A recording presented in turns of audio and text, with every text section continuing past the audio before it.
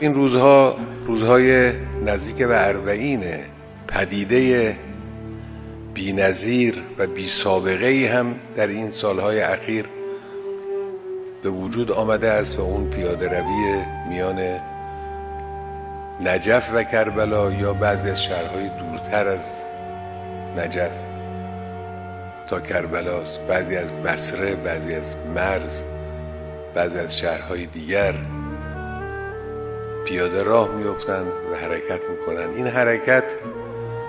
حرکت عشق و ایمانه. ما هم از دور نگاه میکنیم به این حرکت و غبطه میخوریم به حال اون کسانی که این توفیق رو پیدا کردند و این حرکت رو انجام دادند. گرچه دوریم به یاد تو سخن میگویی، بعد منزل نبود در سفر روحانی. این کسانی که این راه رو طی کردند، این حرکت عاشقانه رو و مؤمنانه رو دارن انجام میدن، اینها واقعا حسنه ای رو دارن انجام میدن. این یک شعار بزرگ، لا تحلوا شعائر الله، این جزو شعائر الله بلا شک. جا داره که حالا امثال بنده که محرومیم از این جور حرکت ها عرض بکنیم که یا لیتنا کنا معکم فنفوز فوزا عظیما. همونطور که عرض کردیم این حرکت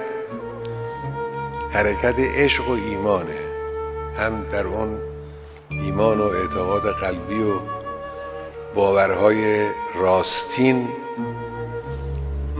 تحریک کننده و عمل کننده است، هم عشق، محبت، تفکر اهل بیت و تفکر شیعی همینجوره. ترکیبی است از عقل و عاطفه، ترکیبی است از ایمان و عشق.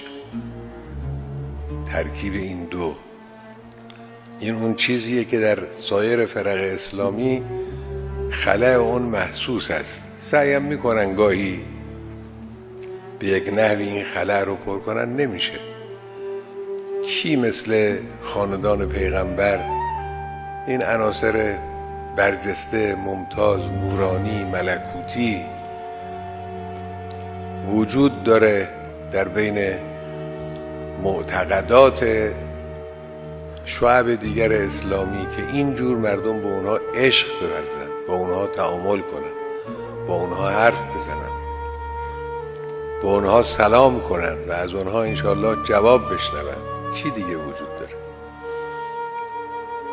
این است که این یک فرصتی است در اختیار پیروان اهل بیت. به هر حال کار بسیار مهمی است، کار بزرگی است. این حرکت عظیم مردم از ایران، از کشورهای دیگر اسلامی، از هند، از اروپا، حتی از آمریکا و کشورهای دیگر، از راههای دور افرادی میان در این راهپیمایی شرکت میکنن.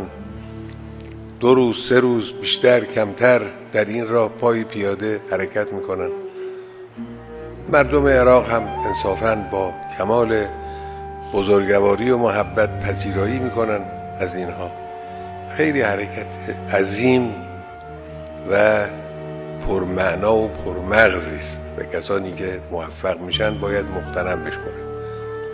البته این عرایض ما موجب این نشود که بعضیا خارج از مقررات بخوان بلندشن را بیفتن حرکت کنن. نه، طبق همون مقرراتی که دولت اسلامی معین کرده است.